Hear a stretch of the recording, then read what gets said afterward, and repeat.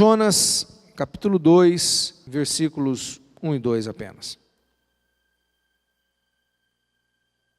Então, Jonas, do ventre do peixe, orou ao Senhor, seu Deus, e disse: na minha angústia, clamei ao Senhor, e Ele me respondeu do ventre do abismo. Gritei, e Tu me ouviste a voz. Pai amado, fala conosco, Senhor. Que essa noite de Santa Ceia, que essa noite, Deus, de realinharmos nosso coração, de acertarmos nossa vida com o Senhor, seja uma noite especial. Já foi até aqui, Pai. Obrigado pelo louvor. Deus, nós Te adoramos, mas quem recebe a alegria desse momento somos nós, Pai. Obrigado por esse louvor, obrigado pela Tua presença. Obrigado, Pai. Nós Te damos toda a honra e glória desta noite, em nome de Jesus. Amém.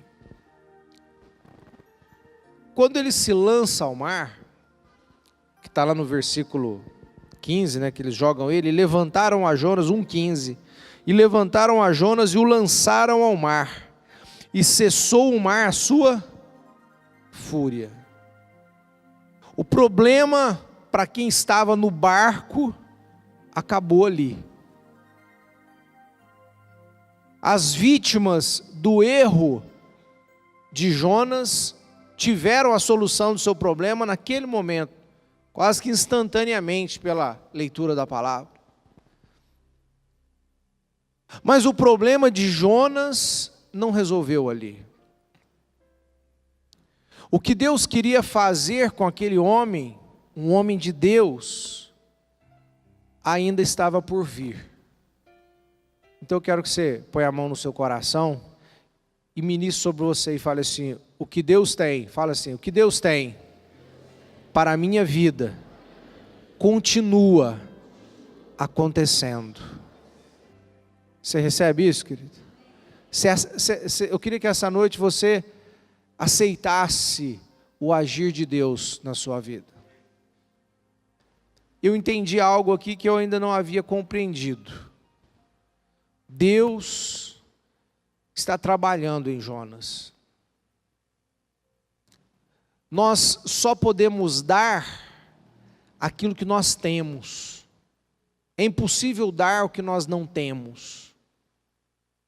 Deus precisava de Jonas como profeta para salvar uma nação, para salvar uma cidade toda. Mas Jonas não estava preparado para essa missão. Jonas não tinha estrutura física, emocional, espiritual talvez, para cumprir essa missão.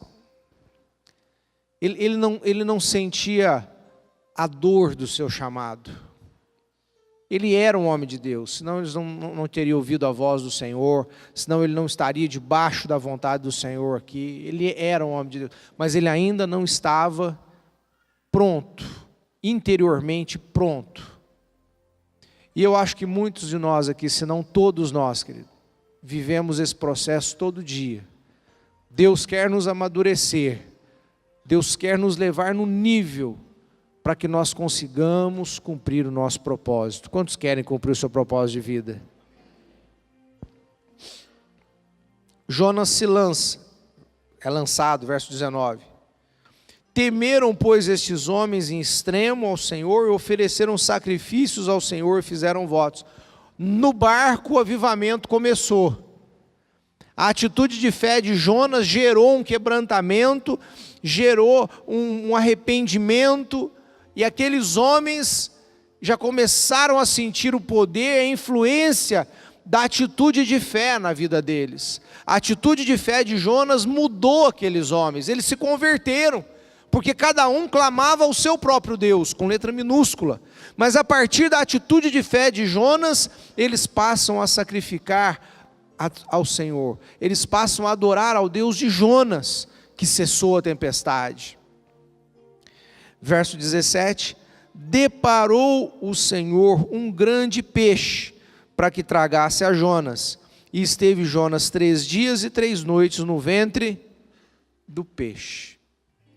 Esse peixe esse grande peixe é a simbologia, meu querido, de um milagre. O sobrenatural aconteceu. É isso. O sobrenatural aconteceu para que Jonas fosse restabelecido no seu propósito. Jonas estava desviado, Jonas estava fora do foco, fora da missão, fora do propósito de Deus para a sua vida. Do mesmo jeito que a humanidade escolheu um caminho de desobediência a Deus, de estar longe de Deus, Jonas também escolheu esse caminho da desobediência. E um milagre teve que acontecer. Isso é uma figura da ressurreição de Jesus. A ressurreição de Jesus é um milagre que teve que acontecer para que todos nós pudéssemos voltar ao propósito, ao centro da vontade de Deus. Quantos podem agradecer a Jesus por isso? Amém? Só que a impressão que dá é que Jonas pulou e o bicho estava lá de boca aberta esperando ele, né? Só que não foi assim que aconteceu. O capítulo 2, inteirinho, vai falar desses minutos, segundos, minutos, da experiência que Jonas teve entre o ser lançado nas águas e ser apanhado por esse animal que o salvou e o restabeleceu em Nínive. Verso 2: Então Jonas, do ventre do peixe, ele já está no ventre do peixe, ele já foi salvo das águas, aqui ele pôde orar, mas na sua oração, ele vai falar dessa experiência, ele vai contar com detalhes, esses minutos que ele passou, segundos, sei lá quanto tempo foi isso, entre o seu mergulho e o seu milagre. Mas o que me chama a atenção, no versículo 2, é quando ele diz: na minha angústia, clamei ao Senhor, e Ele me respondeu. Do ventre do abismo gritei, e Tu me ouviste a voz. Querido, Jonas foi chamado para uma missão. Deus confiou a Jonas uma missão em que Deus precisava dele. E qual era essa missão? Nós já pregamos 2 domingos atrás. Jonas, vai até Nínive, porque a sua malícia já subiu até mim. Eu vou destruir essa nação, porque a sua malícia, o seu nível de pecado, o seu nível de imundícia, o seu nível de sujeira espiritual, se tornou insuportável. Jonas, eu vou destruir esse povo. Só que Jonas, querido, não se importou nem com a vontade de Deus, nem com o sofrimento do povo. Jonas simplesmente dá de ombro, é egoísta, é o profeta que não está preocupado nem com a vontade de Deus, nem com o sofrimento das pessoas. Ele só pensa nele, ele só pensa no seu próprio prazer, ele só pensa no seu conforto, na sua estabilidade, na sua segurança. Eu ir para aquele inferno de gente? Eles que vão para o inferno. Jonas, você está entre o céu e a terra. Jonas aqui, nesse ponto de vista, é uma figura da igreja. Somos nós, que estamos ouvindo a voz de Deus como homens e mulheres de Deus, e que temos uma missão com os homens da terra, ir por todo mundo e pregar o evangelho a toda criatura. Essa missão é nossa, da igreja. Só que a igreja pode fazer a mesma coisa que Jonas fez. Não dá ouvido nem para o que Deus está falando. Meu filho, igreja, eu preciso de vocês. Eu preciso que você pregue o evangelho. Eu preciso que você ame as pessoas. Eu preciso que você apacente as minhas ovelhas.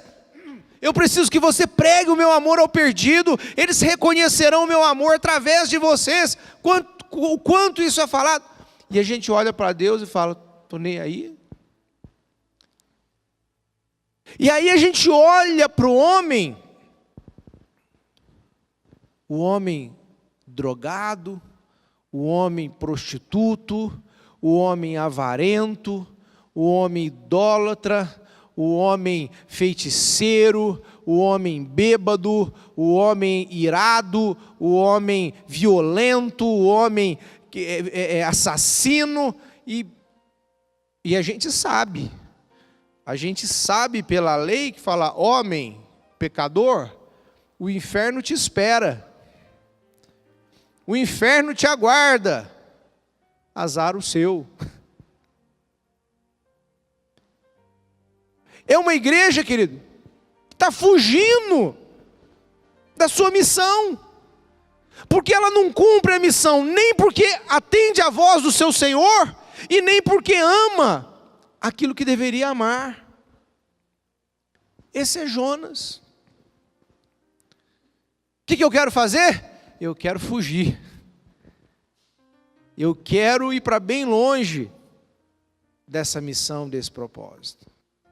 Tudo que Deus quer fazer nas nossas vidas, querido, eu queria que você abrisse teu coração para aceitar isso, é que Deus colocasse você de volta no centro do propósito dEle.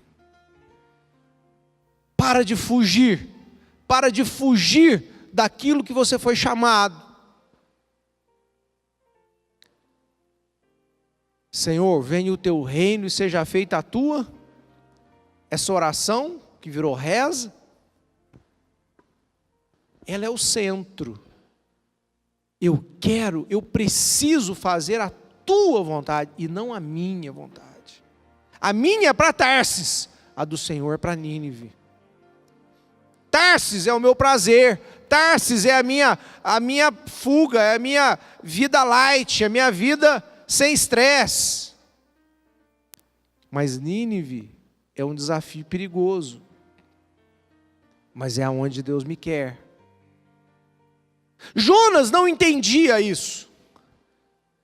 O que Deus tinha para dar, o que Jonas tinha para dar, o que Jonas tinha estrutura? Ele tinha a estrutura do egoísmo, ele tinha a estrutura de um homem que só se preocupava com ele mesmo. Então o que ele fez? Ele fugiu. E na hora que ele viu a bobagem que ele fez, na hora da tempestade, ele dormiu, a gente falou isso semana passada. E a hora que caiu a ficha, ele teve que ser lançado para a morte, para as águas. E sabe o que aconteceu nessas águas? Vou ler de novo. Na minha angústia, eu clamei ao Senhor. E lá no ventre do abismo, eu gritei. Já viu uma expressão muito usada no nosso meio? Quem não vem pelo amor, vem pela dor. É isso aqui que está acontecendo. Jonas, você vai ter que entender o que é o sofrimento. Você vai ter que sentir o que é a dor de uma quase morte. Vamos ler o texto todo, só para você entender a descrição. Ele está relatando o que está acontecendo com ele. Na minha angústia clamei ao Senhor e Ele me respondeu. Do ventre do abismo gritei e tu me ouviste a voz. Agora vem. Olha, imagina essa cena. Pois me lançaste no profundo, no coração dos mares, e a corrente das águas me cercou. todas as tuas ondas e as tuas vagas passaram por cima de mim. Então eu disse: lançado estou de diante dos teus olhos. Tornarei porventura a ver o teu santo templo? As águas me cercaram até a alma, o abismo me rodeou e as algas se enrolaram na minha cabeça. Desci aos fundamentos dos mares, desci até a terra cujos ferrolhos se correram sobre mim, para sempre. Contudo, fizeste subir da sepultura a minha vida, ó Senhor meu Deus. Quando dentro de mim desfalecia a minha alma, eu me lembrei do Senhor, e subiu a ti a minha oração no teu santo templo. E aí ele diz: os que se entregam à idolatria vã, abandonam aquele que lhe é misericordioso. Mas com a voz do agradecimento eu te oferecerei sacrifício. O que votei, pagarei. Entende a cena que ele está vivendo ali? Ele pulou, o peixe não estava esperando ele. Ele teve que beber água. Quem aqui já tomou caldo lá em Ubatuba? Itajubá é Ubatuba, né? Não vou falar outro lugar. Já tomou um caldo, irmão? Sabe o que é o caldo? A onda pega você e roda, você não sabe onde está o céu nem a terra. E aquilo ali é um caldinho de beira-mar, né? O que ele está dizendo aqui é de um mar agitado, de alto mar, e que ele é lançado naquelas águas, e ele afunda. As correntes me pegaram, as ondas me puxaram, eu fui lá para o interior, e ele falou: morri. As algas me enrolaram na cabeça. E ele pergunta: será? Olha que pergunta interessante. Final do versículo 4. Porventura, tornarei porventura a ver o teu santo templo? Sabe o que ele está dizendo? Acabou para mim. Eu vou morrer. Irmão, aproveitando a situação da semana, Jonas entrou no olho do furacão. Jonas teve que sentir a dor do que Nínive iria sentir dali a alguns dias. Ele precisou experimentar para entender o que ele poderia fazer para livrar aquele povo. Quando eu não sinto, isso chama-se compaixão. Quando eu não sinto o que o meu irmão sente, eu quero ir para Tarsis. Estou nem aí, desculpa o palavrão, querido, que se dane você, que você se dê mal, azar seu, tem nada com a sua vida. Mas a igreja é o corpo de Cristo. E eu repito, Jonas é a figura de Cristo. Porque Jesus ressuscitou do inferno, Jesus enfrentou a morte, Satanás, os demônios, Jesus enfrentou espiritualmente o que Jonas enfrentou no mar, para ressuscitar ao terceiro dia e vencer a morte, e vencer o inferno, e por isso nós vamos celebrar essa ceia novamente esse mês, porque Ele venceu. Só que Ele tem uma expectativa comigo e com você. Igreja, o que você está fazendo? Igreja, você está cumprindo o seu papel? Ou você só está preocupada com você mesmo?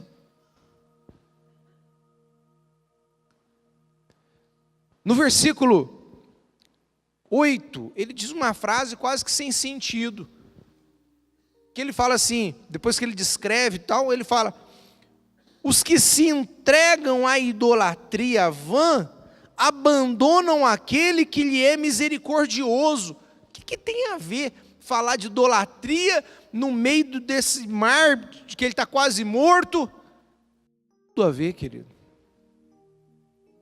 Porque aqui é o coração do que Deus queria ensinar para ele.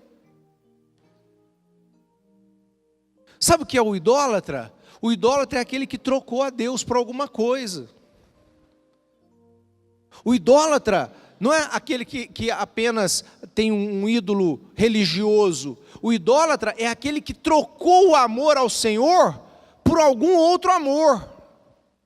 Nisso consiste tudo. Amarás o teu Deus de todo o teu coração, alma e entendimento, não é isso?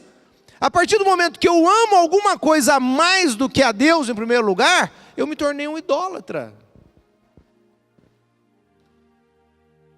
É interessante a cultura religiosa, as religiões antigas, que elas ilustram muito bem isso. Se você pegar a cultura grega, para cada tipo de pecado, tem um Deus. Então você tem o Deus do prazer, acho que é Bar, não é? Do vinho, do prazer. Aí você tem do Afrodite, do sexo, da onde vem afrodisíaco. Aí você tem o da guerra, que é ira, violência. Para cada obra da carne que Paulo descreve lá em Gálatas, as obras da carne, existe um Deus, com letra minúscula. Eu me entrego a uma vida carnal, eu me entrego a uma vida das obras da carne, na linguagem do apóstolo Paulo, das paixões carnais, só que eu estou, na verdade, adorando a vários deuses.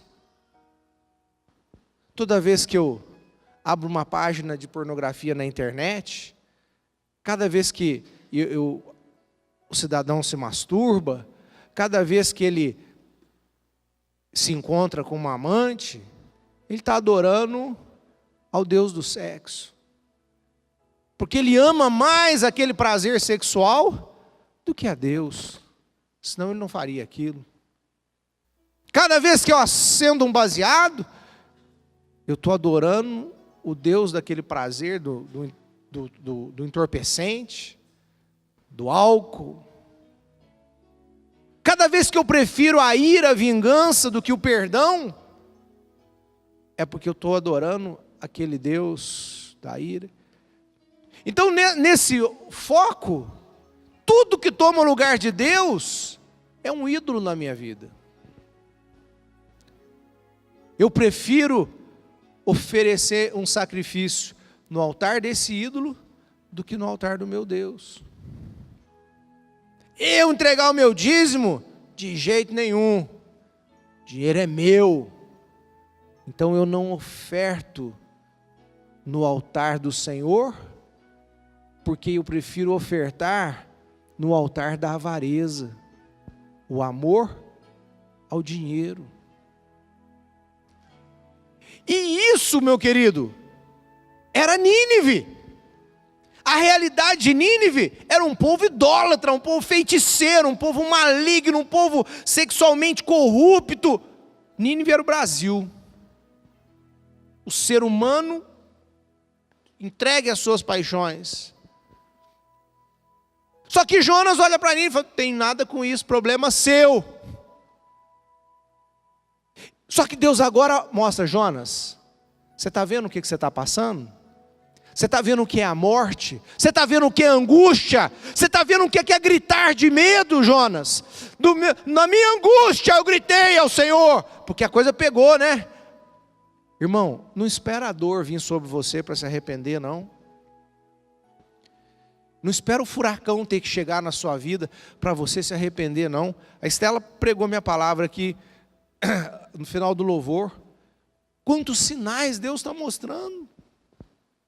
Ah, bispo, lá vem os crentes falando de o fim do mundo, não sei o que lá. Irmão, Jesus falou: olha, perceba os sinais.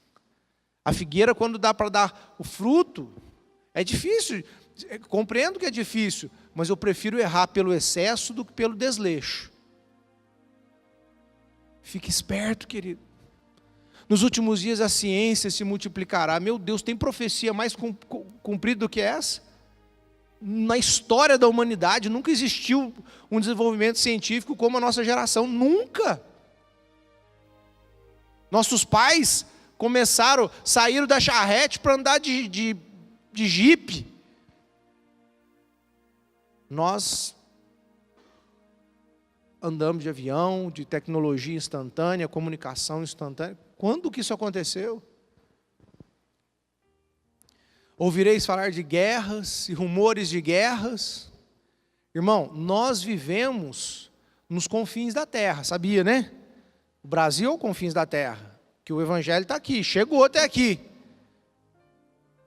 Aqui não tem guerra, aqui não tem terremoto, tem maremoto, aqui só tem bandido no controle, né?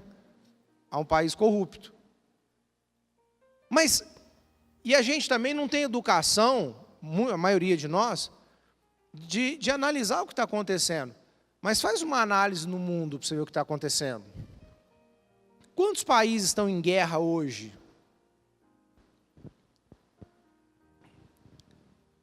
Esses dias eu ouvi uma informação, se eu não estou me enganado, que eu sou muito ruim para guardar números, eu não me preparei para falar isso, mas só os Estados Unidos tem 3 mil, se eu não me engano, não sei, 3 ou 30, eu acho que é 3 mil pontos de exércitos organizados pelo mundo. Não sei como é que chama exatamente isso. Bases militares, obrigado, Fábio. O número, você sabe se é esse? 3 mil. O que está acontecendo no mundo africano, na Síria, extermínios raciais, e sereis odiados pelo meu nome. Aqui a gente prega em todo lugar, cada esquina tem uma igreja, glória a Deus, é outro mundo. Mas vai fazer isso lá no mundo islâmico. Vai lá para você ver quantos dias você vai durar. Irmão, fique atento aos sinais. Não seja uma virgem que vai ser encontrada despercebida sem o óleo, sem o seu azeite. Sabe qual é essa história aqui, para a gente fechar e orar? Na minha angústia eu clamei, no ventre gritei. Verso 3. Pois me achaste no profundo, no coração dos mares, e as correntes me cercou. Verso 4, o que eu quero? Então eu disse, lançado estou de diante dos teus olhos. Sabe qual é a grande revelação desse negócio aqui? Eu estou longe de Deus. Lançado estou de diante dos teus olhos. Jonas entendeu, Jonas, o profeta, o homem de Deus entendeu. Eu estou longe de Deus. Eu tive que ter essa experiência terrível, eu tive que ser rolado no mar, afogado, com alga na cabeça, para entender que eu estou longe de Deus. Porque se eu tivesse íntimo de Deus, eu não teria fugido da minha missão, eu não teria fugido do chamado do meu pai, eu não teria sido negligente, aquilo que o pai falou, filho, eu preciso de você, vai. Ele falou, não vou, eu fujo de você. Um filho na intimidade, pai, é isso? É Jesus. Pai, o Senhor precisa de mim? Eu vou. É para enfrentar o pecado? Eu vou. É para enfrentar o diabo? Eu vou. Jesus é Jesus. Uma salva de palmas para Jesus, querido. Toda a honra e toda a glória a Ele. Oh, Deus. Meu Deus.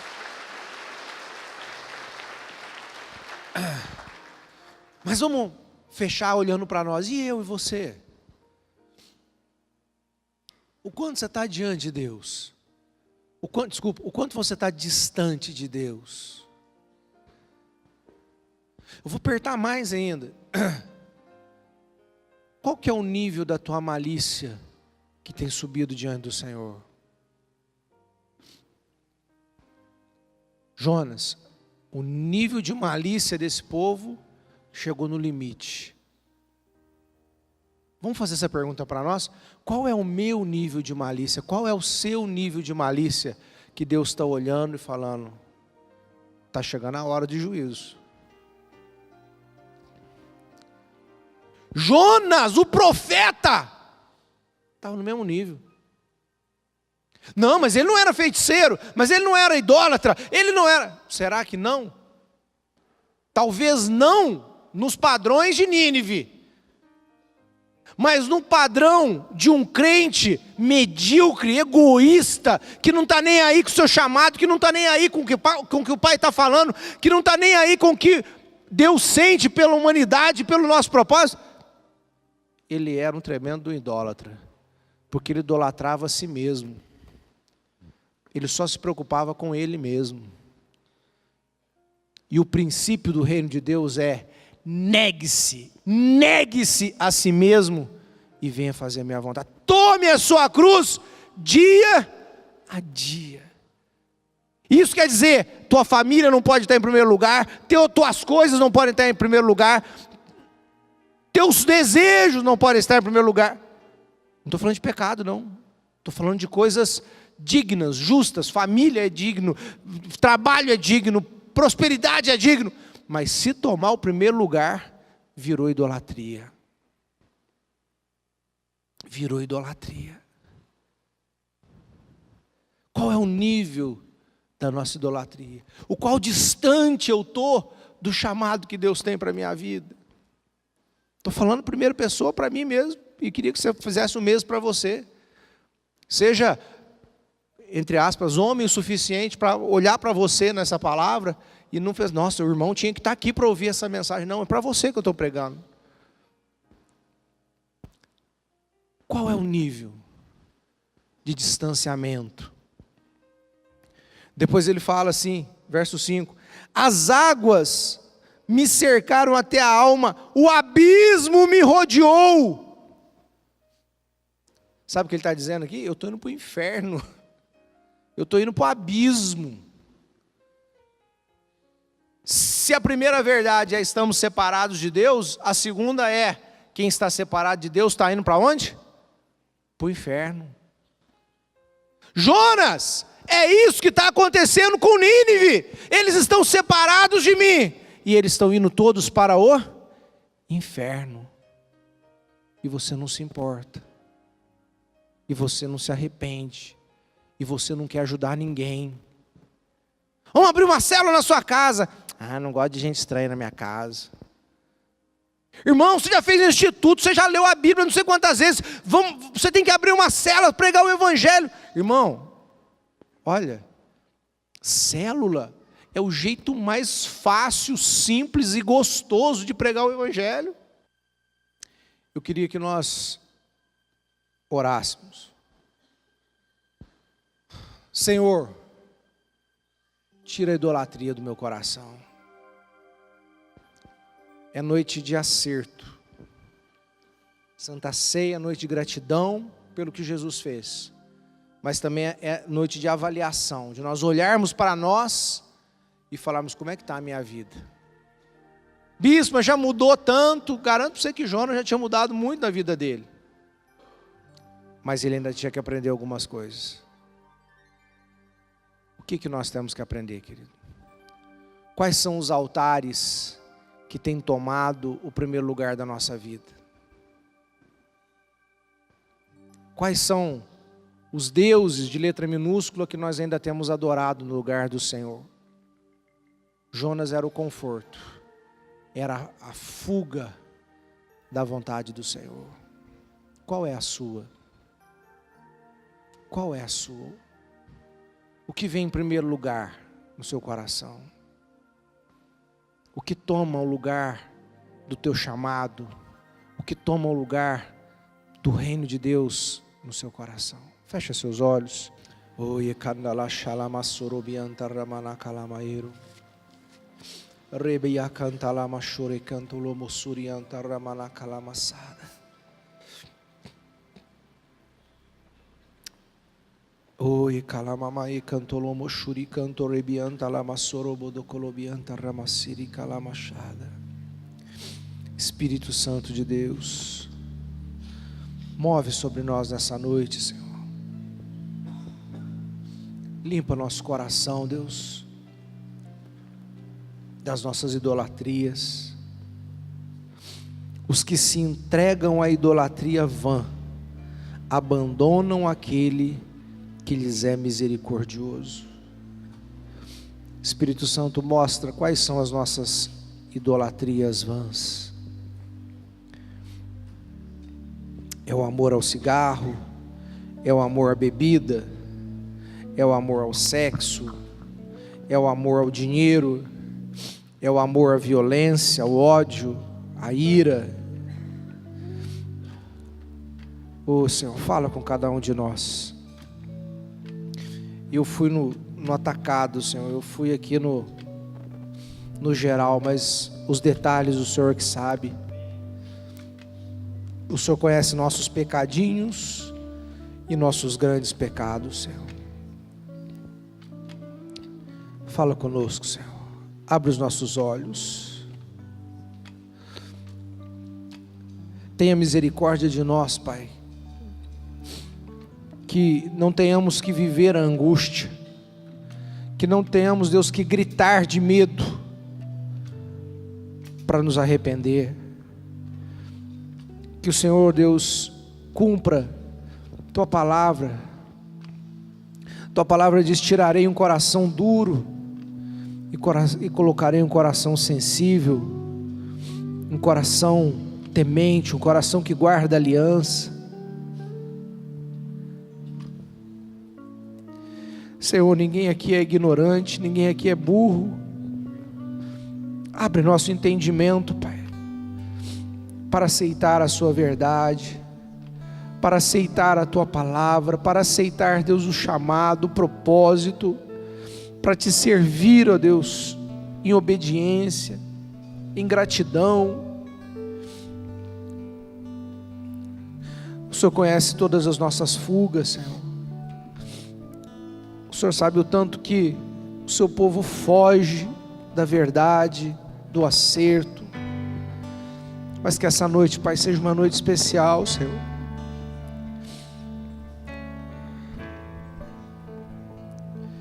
Querido, eu sinto no meu coração tanto acerto que tem que ser feito, querido.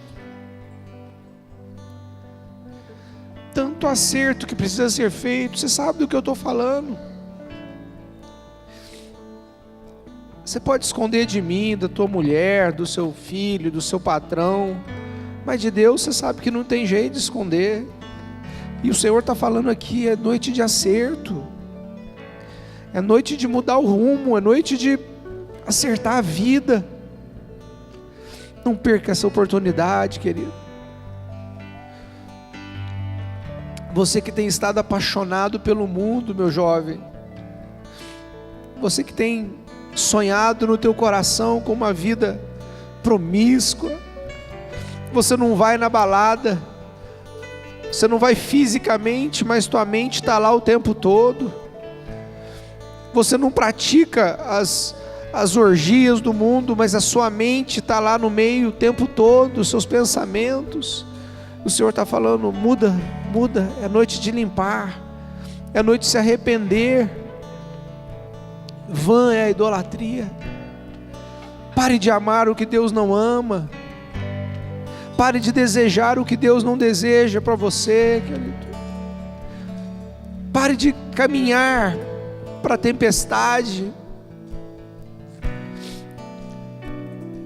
O Senhor está dizendo: é um caminho de sofrimento, é um caminho de dor, é um caminho de medo, de você vai perder o controle, a maré vai te tomar, o abismo vai te puxar, e só um milagre pode te tirar dessa situação, querido. Esse milagre chama Jesus. Só Ele pode nos tirar do grande abismo. Eu queria que você pedisse a Ele, talvez até gritasse: Senhor, me tira, Senhor, me tira, Senhor, me tira, Senhor. Eu quero voltar para a Tua vontade, Senhor.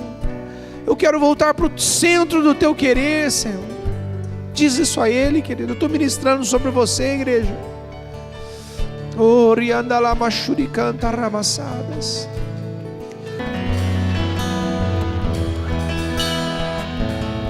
Senhor Deus, nós te louvamos por este culto, te agradecemos, Deus, pela ceia, Deus, pelo acerto, que o Senhor nos abençoe, nos guarde, nos dê uma semana de intimidade, de santidade, de amor ao Senhor, em nome de Jesus, amém e amém. Que Deus te abençoe, meu querido, vá em paz, nosso culto está encerrado.